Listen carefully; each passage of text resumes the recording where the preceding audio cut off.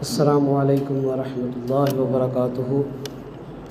ان الحمد للہ نحمده ونستعینه ونستغفره ونعوذ باللہ من شرور انفسنا ومن سیئات اعمالنا من يهده الله فلا مضل له ومن يضلل فلا هادي له واشهد ان لا اله الا الله وحده لا شريك له واشهد ان محمدا عبده ورسوله صلی اللہ علیہ وآلہ وازواجہ وصحبہ وسلم ومن والاه وبعد۔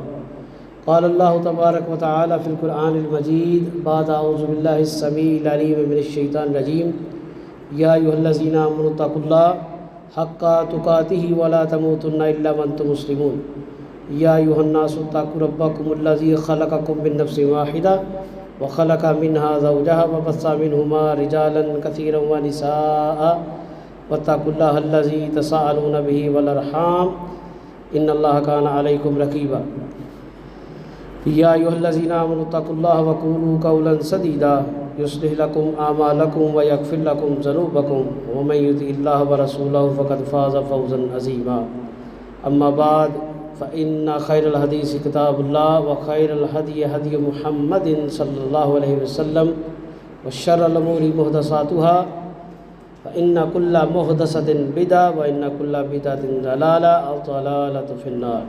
اللهم صل على محمد وعلى آل محمد كما صليت على إبراهيم وعلى آل إبراهيم إنك حميد مجيد۔ اللهم بارك على محمد وعلى آل محمد كما باركت على إبراهيم وعلى آل إبراهيم إنك حميد مجيد۔ رب اشرح لي صدري ويسر لي أمري واحلل عقدة من لساني یفقہوا قولی رب زدنی علما۔ اللہم انفعنا بما علمنا وعلمنا ما ينفعنا وزدنا علما۔ قال اللہ تبارک وتعالی فی القرآن المجید بعد اعوذ باللہ السمیع العلیم من الشیطان الرجیم واتقوا یوما ترجعون فیہ الی اللہ ثم توفی کل نفس ما کسبت وهم لا یظلمون واتقوا یوما لا تجزی نفس عن نفس شیئا عن نفس شيئا ولا يقبل منها عدل ولا تنفعها شفاعة ولا هم ينصرون۔ قال النبي صلى الله عليه وسلم برواية عن أبي هريرة رضي الله عنه قال سئل النبي صلى الله عليه وسلم عن أكثر ما يدخل الناس الجنة قال التقوى وحسن الخلق، وسئل عن أكثر ما يدخل الناس النار فقال الاجوفان الفم والفرج او كما قال رسول صلی اللہ علیہ وآلہ وسلم۔ آج 26 ذی الحج ہے، 1447 سن ہجری اور عیسوی سال 2026 ہے۔ اسلامی اور قمری مہینے کا آخری جمعہ، آخری مہینے کا، اور یہ وہ دن ہے جس دن نماز کی حالت میں ایک مجوسی ملعون لعنتی نے سیدنا عمر فاروق رضی اللہ عنہ کو نماز کی حالت میں وار کر کے شہید کیا۔ 26 ذی الحج کو نماز کی حالت میں ابو لولو فیروز جو ایران کا رہنے والا تھا، جو موجودہ ایران کا علاقہ ہے، اس وقت اس کو فارس کہا جاتا تھا، اس علاقے کا رہنے والا، اس نے خنجر مار کر سیدنا عمر فاروق رضی اللہ تعالیٰ عنہ کو زخمی کیا، اور 29 ذی الحج اور کچھ روایات میں یکم محرم کا ذکر ہے کہ اس تاریخ کو وہ جام شہادت نوش فرما گئے، اس دنیا سے چلے گئے۔ آج کے دن کی اہمیت اس حوالے سے کہ اسلام کا ایک بہت بڑا نامور صحابی کہ جس کے بارے میں نبی رحمت صلی اللہ علیہ وسلم نے الفاظ فرمائے کہ میری امت کے اندر عمر کی حیثیت اسی طرح ہے جس طرح ایک قرن کی ہے۔ آپ کسی عربی جاننے والے عرب سے پوچھے قرن کا معنی کیا ہے، عربی زبان میں قرن اس قلعے کو کہتے ہیں، اس بہترین اسٹرکچر نما بڑی عمارت کو کہتے ہیں جو دشمن کے حملوں اور وار سے محفوظ ہو، جو اپنے رہنے والوں کو ہر طرح کے بیرونی حملے سے بچائے، جو بد امنی اور امن کے درمیان ایک دیوار حائل ہو۔ اور یہ وہ فرق ہے سیدنا عمر فاروق رضی اللہ تعالیٰ عنہ کا کہ جو اللہ کے نبی نے اتنی بڑی بشارت انہیں دی ہے۔ اور یہیں پر بس نہیں، نبی رحمت صلی اللہ علیہ وآلہ وسلم ایک مرتبہ احد کی پہاڑی پر کھڑے تھے اور احد پہاڑ کانپنے لگا، جیسے زلزلہ آتا ہے زمین ہلتی ہے، کانپتی ہے۔ تو نبی رحمت صلی اللہ علیہ وسلم نے اپنی ٹانگ مبارک احد پر ماری اور فرمایا سعیدہ احدن، اے احد رک جا، تھم جا، ٹھہر جا، تیرے اوپر ایک اللہ کا نبی ہے اور ایک صدیق اور 2 شہید ہیں۔ اس وقت نبی رحمت صلی اللہ علیہ وسلم کے ساتھ احد پہاڑی پر سیدنا ابو بکر تھے، سیدنا عمر تھے اور سیدنا عثمان رضی اللہ عنہ، یہ 3 صحابہ تھے۔ اب پچھلے دنوں کچھ دنوں سے یہ جو نئی بدعت ایجاد ہوئی ہے عید غدیر کے نام سے، لوگوں نے ایک ضعیف روایت، من گڑت روایت کو بنا کر پھیلانا شروع کر دیا کہ میری امت کا صدیق اکبر علی رضی اللہ تعالیٰ عنہ۔ اس میں کوئی شک نہیں کہ سیدنا علی کا مقام و مرتبہ بہت اعلیٰ و عرفہ ہے۔ آپ جیسا کوئی صحابی نہیں ہے، آپ کا مقام بڑا ہی معتبر ہے، لیکن جو القابات اللہ نے یا اللہ کے رسول نے کسی صحابی کو دیا نا، وہ اس کا خاصہ ہوتا ہے۔ اور یہی وہ خاصہ ہے کہ اللہ کے نبی علیہ السلام نے ابو بکر کو ایک لقب دیا تھا صدیق کا، اور یہ کوئی عام بات نہیں ہے۔ ابو بکر کو صدیق کا لقب ملنا کو بیٹھے بٹھائی کوئی وحی نازل نہیں ہوئی۔ اللہ کے نبی علیہ السلام واقعہ معراج سے جب واپس آئے، اسراء اور معراج کا واقعہ ہوا۔ ایک رات میں آپ بیت المقدس گئے، انبیاء کی امامت کروائی، انبیاء نے آپ کی موجودگی میں نماز ادا کی، وہیں سے براق پر آپ 7واں آسمان پر چلے گئے، سدرۃ المنتہا تک گئے، جنت جہنم کے سارے معاملات دکھائے گئے۔ اس واقعے کا جب تذکرہ آپ نے آ کر مکے کے لوگوں سے کیا تو مکے کے لوگ جو خصوصاً ان میں جو سردار تھے، ابو جہل، ابو لہب وغیرہ، وہ نبی کریم صلی اللہ علیہ وسلم کا مذاق اڑانے لگے، برا بھلا کہنے لگے کہ یہ نعوذ باللہ ثم نعوذ باللہ نقل کفر نباشت کے دیوانے ہو گئے ہیں۔ کہتے ہیں میں ایک رات میں بیت المقدس گیا ہوں، یروشلم گیا ہوں، فلسطین ہو کے آیا ہوں، اور اسی رات میں آسمانوں کی سیر کر کے آیا ہوں، جنت جہنم کو دیکھ کے آیا ہوں۔ ایک رات میں کیسے ممکن ہے؟ یہ سینکڑوں میل کا سفر کس طرح ہو سکتا ہے؟ تو سیدنا ابو بکر صدیق رضی اللہ تعالیٰ عنہ کو ابو جہل ملا تو اس نے کہا کہ ابو بکر تجھے پتہ ہے تیرا دوست محبت کیا کر رہا ہے؟ نعوذ باللہ ثم نعوذ باللہ، وہ دیوانوں جیسی باتیں کرتا ہے۔ وہ کہہ رہا ہے کہ ایک رات میں مکہ سے یروشلم ہو آیا، بیت المقدس ہو آیا، وہاں سے میں 7واں آسمان ہو کر آ گیا، جنت جہنم کو دیکھ کے آیا۔ ابو بکر صدیق رضی اللہ تعالیٰ عنہ نے فرمایا کیا تو نے یہ بات میرے نبی صلی اللہ علیہ وسلم کی زبان اطہر سے سنی ہے؟ وہ کہتا ہے ہاں میں نے سنی ہے۔ وہ کہتی ہیں سب سے پہلے میں تصدیق کرتا ہوں اللہ کے نبی سچے ہیں۔ نہ اللہ کے نبی سے ملاقات کی، نہ جا کر سوال کیا، نہ اس قصے کے احوال کو سنا، ابھی کوئی بات ابو بکر کو نہیں پتا، لیکن ایک بات کا علم ہوا کہ میرے نبی نے یہ بات فرمائی ہے۔ اسی وقت کہا کہ دنیا کا ہر انسان غلط بیانی کر سکتا ہے، میرے نبی نہیں کر سکتا، بغیر پوچھے بغیر کچھ کیے تصدیق کر۔ اور سیدنا عمر فاروق رضی اللہ تعالیٰ کیا مقام ہے؟ نبی رحمت صلی اللہ علیہ وسلم نے فرمایا کہ میرے بعد اگر تم مجھے نہ پاؤ تو ان دونوں کی اطاعت کرنا، ان کو لازم پکڑنا، ابو بکر اور عمر کو۔ یہ کس لیے کہا تھا؟ عمر فاروق رضی اللہ تعالیٰ عنہ کی نبی علیہ السلام سے محبت، آپ کے گھرانے سے محبت، آپ کا ادب و احترام اتنا اعلیٰ تھا، ایمان اور تقوی اتنا بہترین تھا کہ نبی رحمت صلی اللہ علیہ وسلم نے فرمایا عمر جس گلی سے گزرتے ہیں شیطان اس گلی کو چھوڑ دیتا۔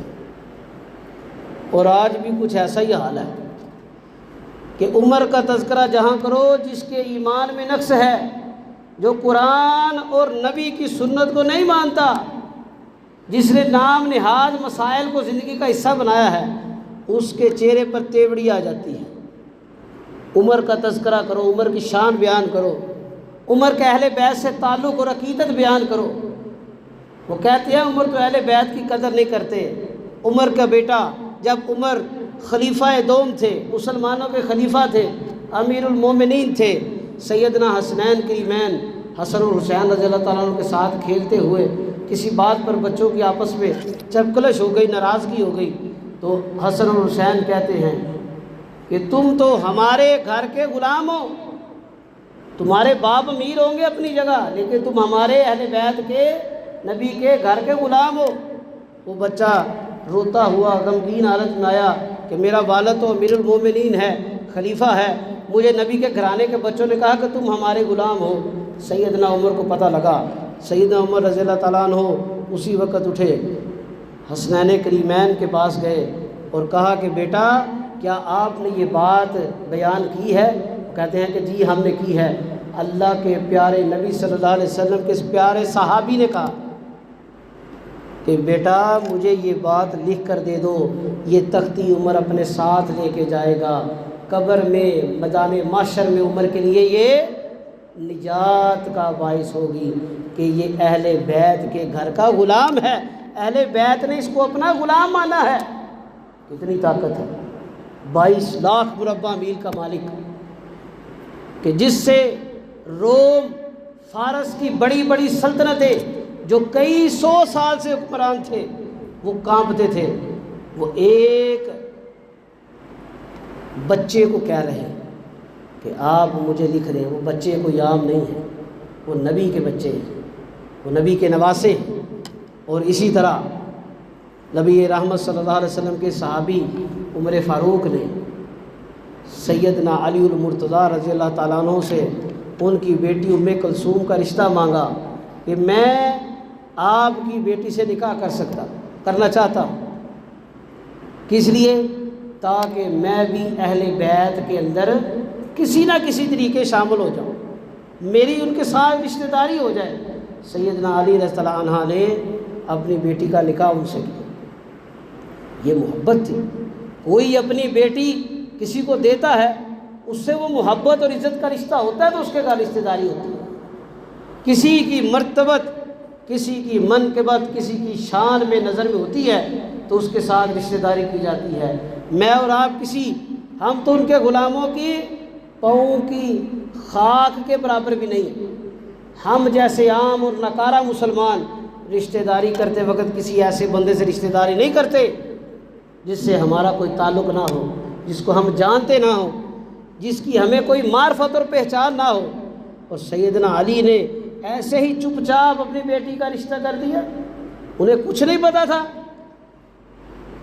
یہ محبت تھی، یہ وہ فکر تھی جو اللہ کے نبی علیہ السلام دے کر گئے تھے کہ لوگوں اگر تم مجھے نہ پاؤ تو میرے بعد ان دونوں کو لازم پکڑنا، ابو بکر اور عمر کو۔ یہ اللہ کے نبی وصیت کر کے گئے تھے، حکم کر کے گئے تھے، اور آپ نے فرمایا کہ دنیا میں میرے 2 وزیر ہیں، ابو بکر اور عمر۔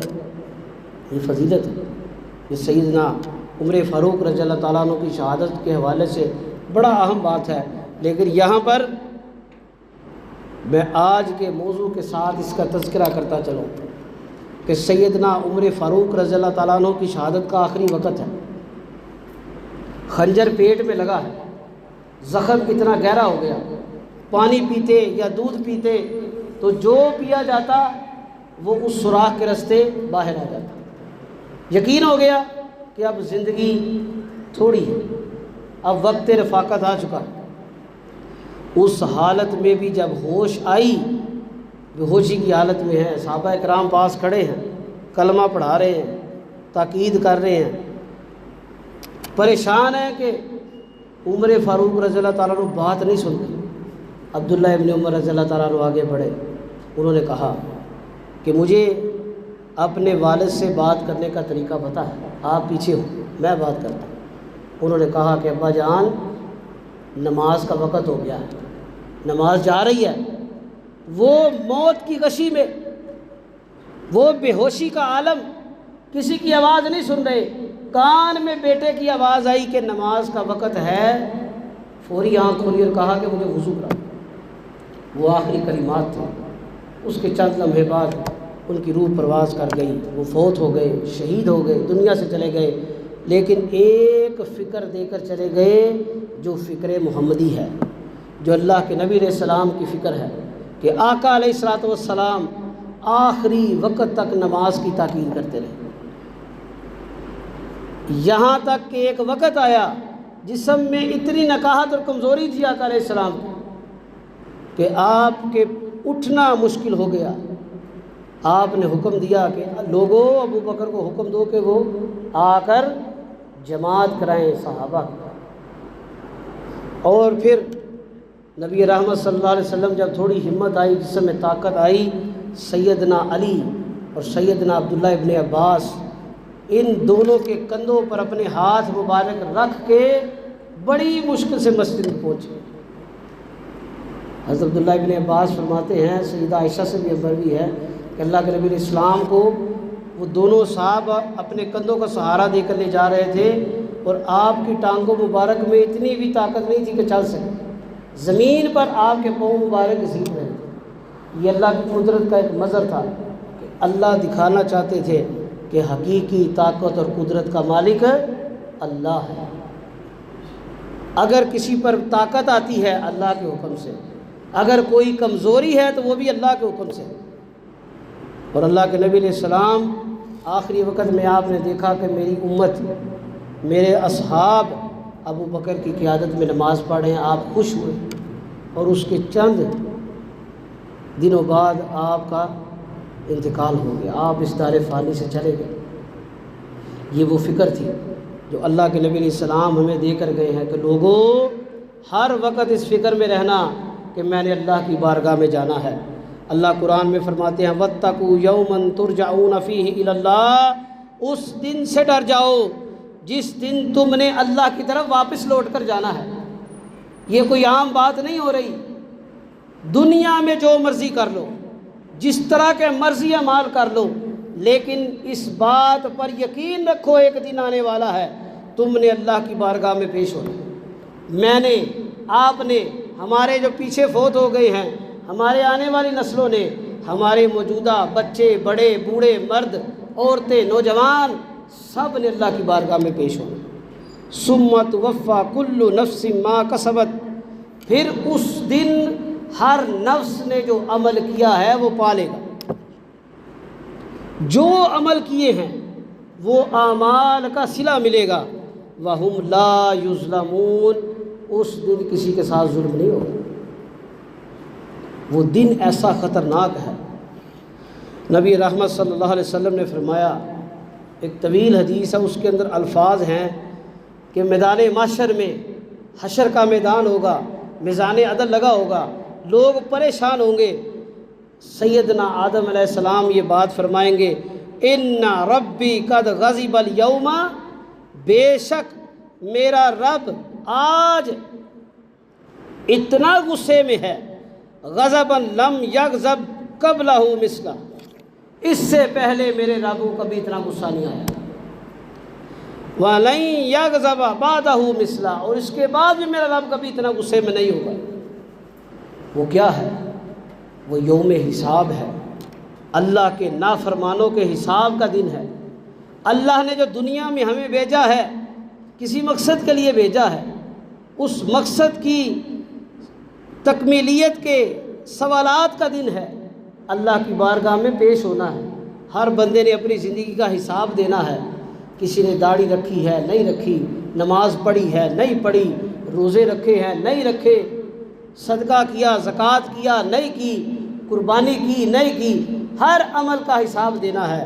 کوئی سود کھاتا ہے، حرام کھاتا ہے، ناجائز قبضے کرتا ہے، یتیم بیوہ مسکینوں کا حق کھاتا ہے، لوگوں کے ساتھ دغا فراڈ دجل کرتا ہے، کوئی ان باتوں سے بچا رہتا ہے، سب نے اللہ کی بارگاہ میں اپنے اعمال کا حساب دینا ہے۔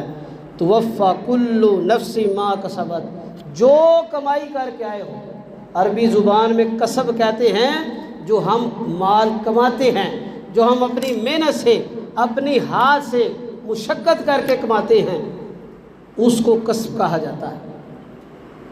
اور کاسب محنت کرنے والا، تاجر کاروبار کرنے والا، رزق کے لیے، اپنی خوراک کے لیے محنت کرنے والے کو کہا جاتا ہے۔ اللہ نے یہ لفظ یہاں پر استعمال کیا، جو تم محنتیں کر کے آئے ہو اللہ کی بارگاہ میں پیش ہونے کے لیے، تمام اعمال کا تم نے حساب دینا ہے۔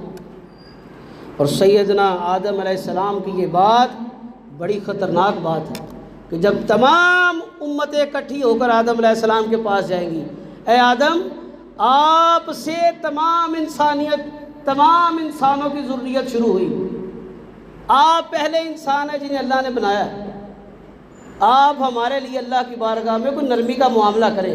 سورج سوا نیزے پر ہے، اس دن کی گرمی اور سختی برداشت نہیں ہو رہی، ہماری بدعمالیاں اتنی ہیں کہ ان کی پسینے میں ہم لوگ شرابور ہو کے ذلیل ہو رہے، موت بھی نہیں آ سکتی۔ اللہ کی بارگاہ میں ہمارے لیے کچھ نرمی کا سوال کیجئے۔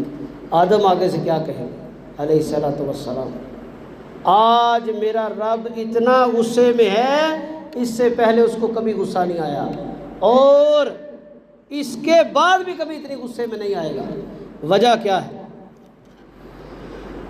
اللہ کے قرآن میں اس کا ذکر موجود ہے۔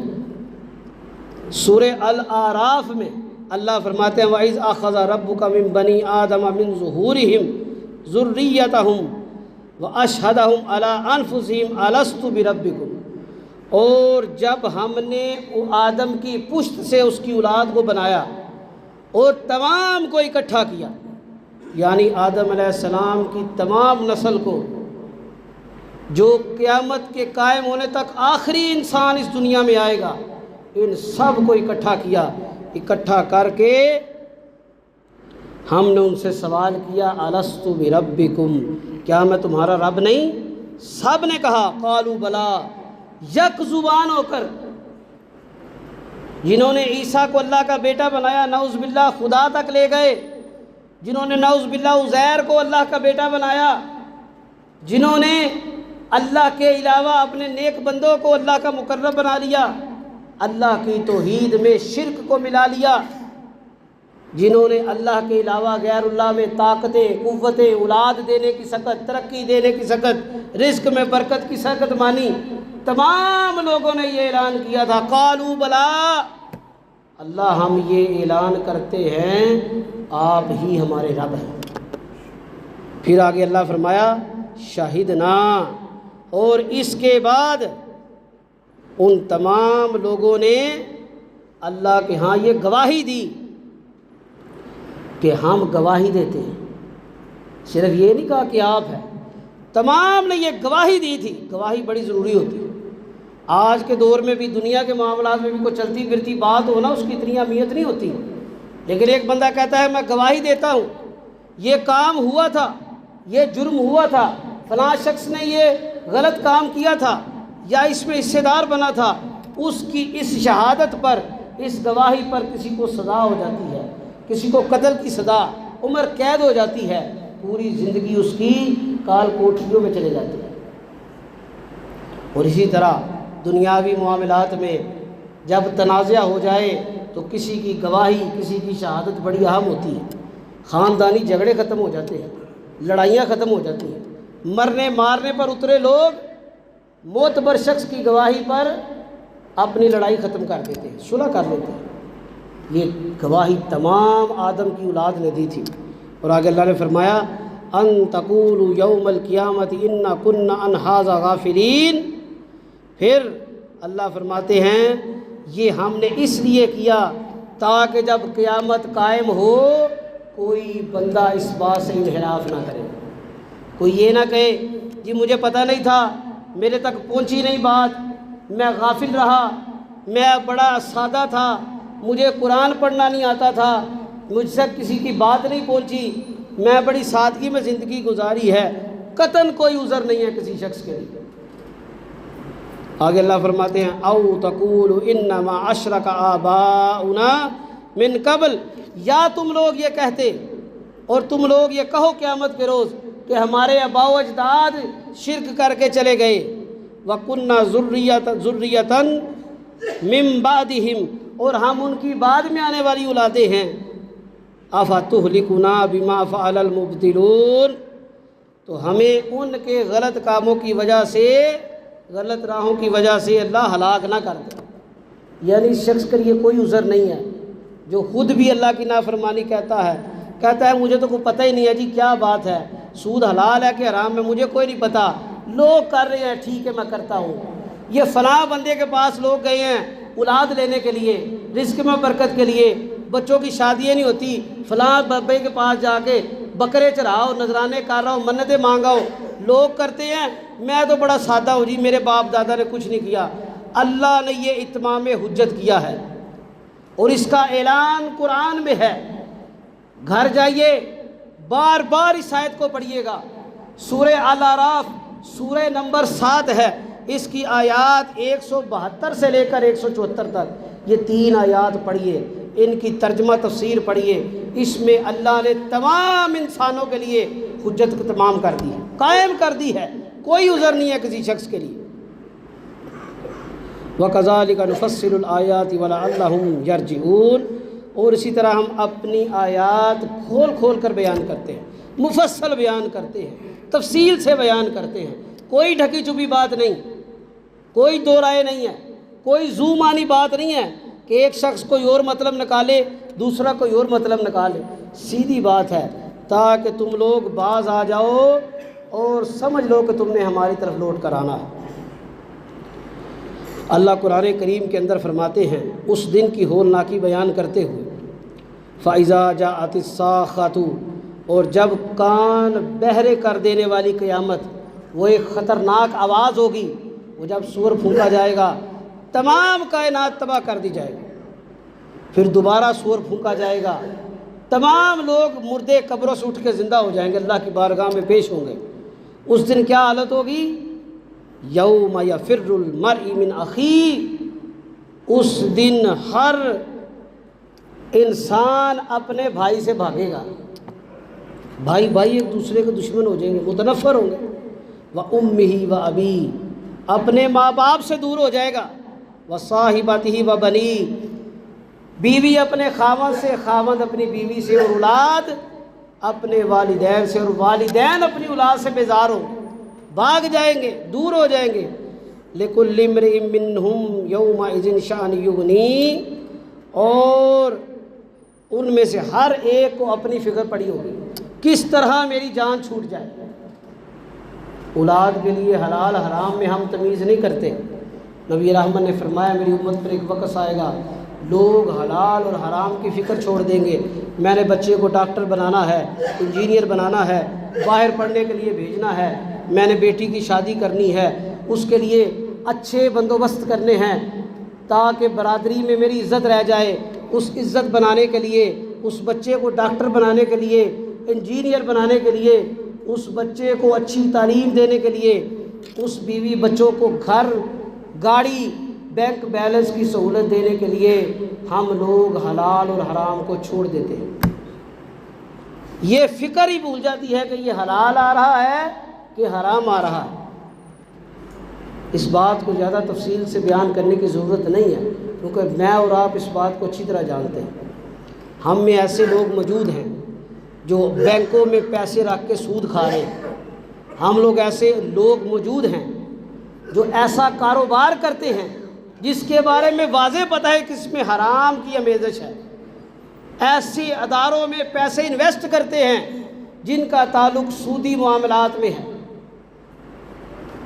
چیزوں کے لین دین میں ہم دھوکے دہی سے کام لیتے ہیں، دکھاتے کوئی اور چیز ہیں، دیتے کوئی اور چیز ہیں، یہ بھی حرام ہے۔ عہد کو پورا نہیں کرتے۔ کاروباری میں لوگ دھوکہ دہی دجل کرتے ہیں۔ گاہک کو چیز بیچنی ہے، سیمپل بڑا بہترین بنا کر دیا، بڑا اعلیٰ کوالٹی کا دیا ہے، گاہک خوش ہو گیا۔ جب مال کی ترسیل کا وقت آیا، ڈلیوری کا وقت آیا، اس مال سے گھٹیا مال بنا کر بھیج دیا اور اس سے پیسے کھا لیے۔ وہ جو میکر نے بنایا ہے اس کی یہ غلطی ہے، یہ ہو گیا، وہ ہو گیا۔ یہ وہ نہیں ہو گیا، یہ حرام آ گیا، لالچ آ گیا۔ وہ دکھایا گیا مال بناؤں گا، منافع کم ہوگا، تھوڑی کوالٹی ڈاؤن کر لوں گا، مٹیریل خستہ لگا لوں گا، میرا منافع بڑھ جائے گا، تاکہ میں بھی لوگوں کی طرح بڑی گاڑیوں میں پھروں۔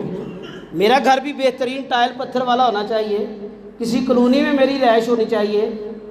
یہ جو فکر ہے، یہ جو حرام کی طلب ہے، یہ جو لوگوں کو نقصان پہنچا کے ان کے مال کھانے کی طلب ہے، کس لیے کہ میرے کارڈ کے اندر کیش موجود ہو، میری جیب میں مال موجود ہو، میری اولاد کے لیے لاکھوں کروڑوں موجود ہوں۔ اب تو لوگوں میں یہ بات سننے کو ملتی ہے، اللہ معاف کرے، اور ٹھیک ہے جی اولاد نافرمان بھی ہوگی تو کیا بات ہے، بڑھاپے میں پیسے ہوں گے تو پیسے دے کر ان کو ٹھیک کر لیں گے۔ جاؤ جا کر دیکھو معاشرے میں ایسے لوگ موجود ہیں، کروڑوں روپے کے مالک ہیں، اولاد بڑھاپے میں پوچھتی نہیں ہے۔ میں نے خود ایک دو ایسی فوتگیاں دیکھی ہیں۔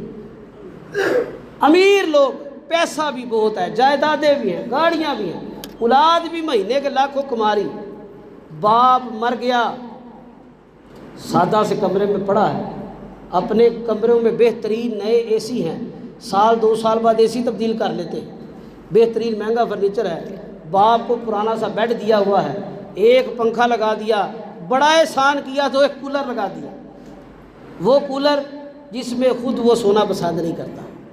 یہ میرے جوڑوں میں درد ہوتی ہے تو بوڑھے باپ کو درد نہیں ہوتی؟ بوڑھے باپ کے جوڑ کمزور نہیں ہیں، اس کو تکلیف نہیں ہوتی؟ اور جب باپ کی موت کا وقت آیا تو محلے کے مولوی صاحب کو بلا لیا، مجھے پتہ نہیں ہے باپ مر گیا اب کیا کرنا ہے، اس کو نہانا کیسے، اس کو کفن کیسے دینا، تدفین میں کیا کرنا ہے، پتہ ہی نہیں ہے۔ یہ کسی شخص کے پاس عذر نہیں ہے کہ مجھے نہیں پتہ، ہر شخص کو پتہ ہونا چاہیے۔ اپنے مردوں کو خود غسل دو، اپنے بچوں کے نکاح خود پڑھاؤ۔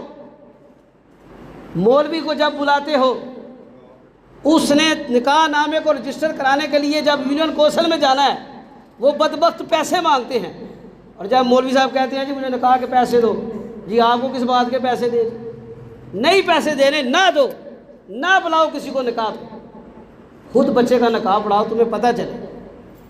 ہم بدبختوں کو تو نکاح پڑھانا ہی نہیں آتا، بچے اور بچی کے نکاح میں 6 کلمے پڑھا رہے ہوتے ہیں، کلمہ شہادت ایسے زور سے پڑھاتے ہیں کہ ابھی ابھی کافر کو مسلمان کر کے شادی کرا دی۔ ہمیں تو یہ نہیں پتا کہ مسلمان کی شادی کیسے ہوتی ہے، لوگوں کو کہو اتنا منہ سجا لیتے ہیں، جی دیکھو یہ کرنا کوئی حرام ہے، کوئی غلط بات ہے۔ اللہ کے بندو اس بات کو ذرا خیال کرو۔ پچھلے جمعہ میں نے یہ حدیث بیان کی تھی، یہودیوں نے آ کر کہا کہ اے عمر، اے مسلمانوں کی جماعت، اگر یہ آیت ہماری قوم پر نازل ہوتی، الیوم اکملت لکم دینکم، کہ آج ہم نے تم پر تمہارا دین مکمل کر دیا ہے، اللہ کہتا یا نہ کہتا، اللہ کا نبی بتاتے یا نہ بتاتے، ہم نے اس دن کو عید بنا لینا تھا۔ عبداللہ ابن عباس کیا کہتے ہیں، نبی علیہ السلام کے چچا زاد بھائی، قرآن کے مفسر، جلیل القدر صحابی، متقیوں کے اماموں میں سے ایک امام، ہم لوگ چاہیں تو جس مرضی دن کو اپنے لیے مبارک بنا لیں، ہجرت کا دن ہے، وحی کے نزول کا دن ہے، نبی علیہ السلام کی دور میں غزوہ بدر عقبہ، بڑی غزوہ بدر کا دن ہے، پھر فتح مکہ ہے، خیبر کے قلعے کا فتح ہے، پھر غزوہ خندق کی کامیابی ہے، بڑے بڑے دن ہیں، لیکن ہم لوگ مکلف ہیں، متبع ہیں محمد رسول اللہ صلی اللہ علیہ وسلم کے۔ ہمارے دین میں کوئی خوشی کوئی غمی وہ ہے جو اللہ اور اس کے رسول نے بتائی ہے۔ ہمیں کوئی حق نہیں بنتا کسی دن کو اپنے لیے مبارک بنا لیں۔ وہ اللہ کے نبی کے اہل بیت یہ کہتے ہیں اور ہم جو مرضی کرتے پھریں، ہم جو مرضی دین بنا لیں، ایسے کسی کے لیے قابل قبول نہیں ہے۔ اور میں نے آپ کو یہ بتایا تھا کہ جو دین اسلام کے علاوہ کوئی کام کرے گا اللہ کی بارگاہ میں فَلَن يُقْبَلَ مِنْهَا، اللہ اس کو رد کر دیں گے۔ جا لے جا، تیرا یہ نیک عمل نیک ہی نہیں ہے، تیرا یہ عمل دینداری نہیں ہے، نیکی نہیں ہے۔ تیرے نبی نے، اللہ کے نبی نے اس عمل پر اپنی کوئی چھاپ نہیں چھوڑی، کوئی حکم نہیں دیا، کوئی عمل اس کی موافقت میں نہیں ہے۔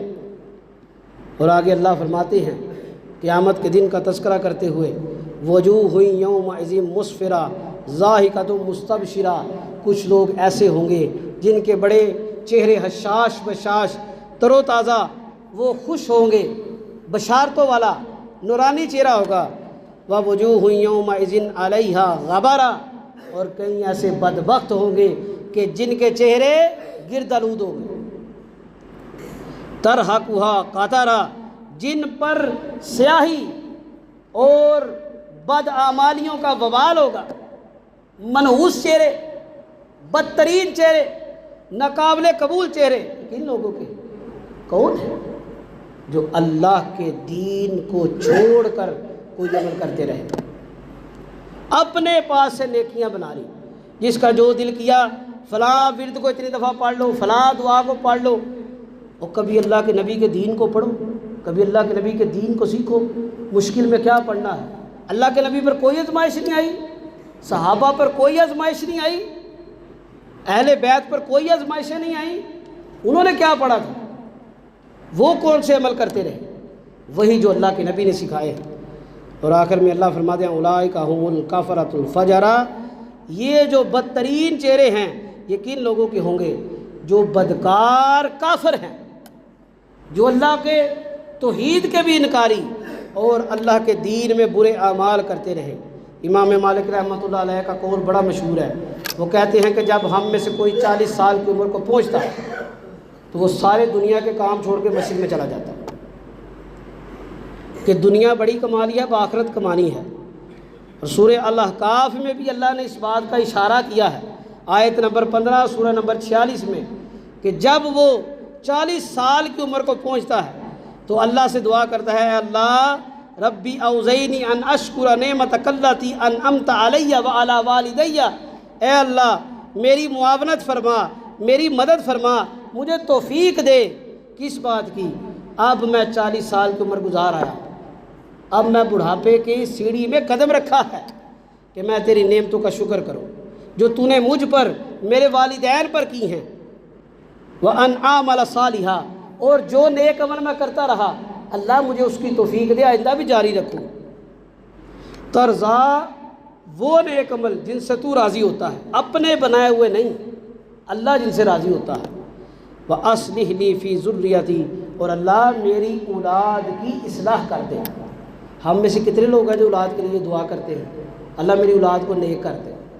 جھولیاں اٹھا کے یہ دعائیں تو کرتے ہو، اللہ میری اولاد کو غریب نہ کرنا، ناکام نہ کرنا، کسی کا در کا محتاج نہ بنانا، بے روزگار نہ کرنا۔ کبھی یہ دعا کی ہے اپنے چھوٹے بچے کو گود میں بٹھا کے یا نماز کے بعد، اللہ میری اولاد کی اصلاح کر دے، اللہ میری اولاد کو نیک کرنا، اللہ میرے بعد بھی اس کو نیکی پر رکھنا؟ اللہ کی قسم یہ اللہ سکھا رہے ہیں، یہ دعا اپنے لیے بھی کرو، اپنی اولادوں کے لیے بھی کرو۔ اور آگے فرمایا انی تبت الیک وانی من المسلمین، کہ میں اللہ تیری طرف رجوع کرتا ہوں، اب میرا سارے معاملہ تیرے لیے ہیں اور میں مسلمانوں میں ہوں۔ اللہ سے دعا ہے جو باتیں بیان کی ہیں اللہ بیان کرنے والے کو اور سننے والوں کو اللہ عمل کی توفیق عطا فرمائے۔ اور ہم میں سے اکثریت 40 کی عمر کو پہنچ گئے ہیں، اور اللہ سے دعا ہے کہ اب اس بڑھاپے کی سیڑھی پر جو قدم رکھا ہے اللہ ہمیں توفیق دے، ایسے نیک اعمال کرے جن سے اللہ راضی ہو۔ اقول قولی ھذا واستغفر اللہ لی ولکم ولسائر المسلمین۔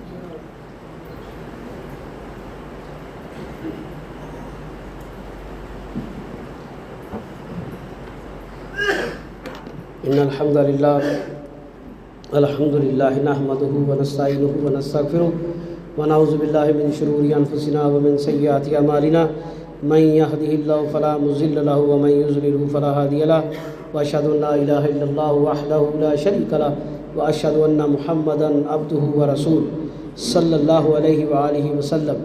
قال اللہ تبارک و تعالی فی القرآن المجید بعد اعوذ باللہ السمیع العلیم من الشیطان الرجیم یا ایھا الذین آمنوا اتقوا اللہ وقولوا قولا سدیدا یصلح لکم اعمالکم ویغفر لکم ذنوبکم ومن یطع اللہ ورسولہ فقد فاز فوزا عظیما.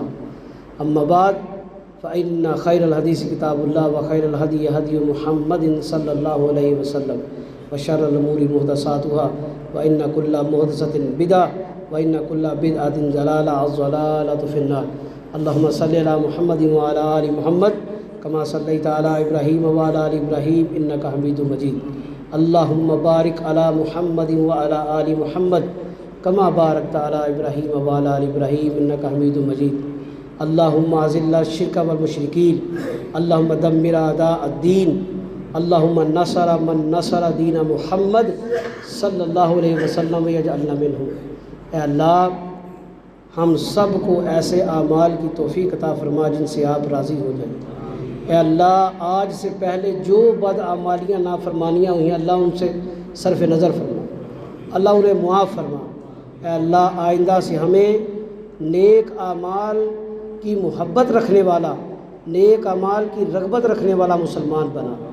اے اللہ جتنے مسلمان پریشان ہیں، مظلوم ہیں، اللہ مجبور بے کس ہیں، اللہ تمام کی مدد فرما.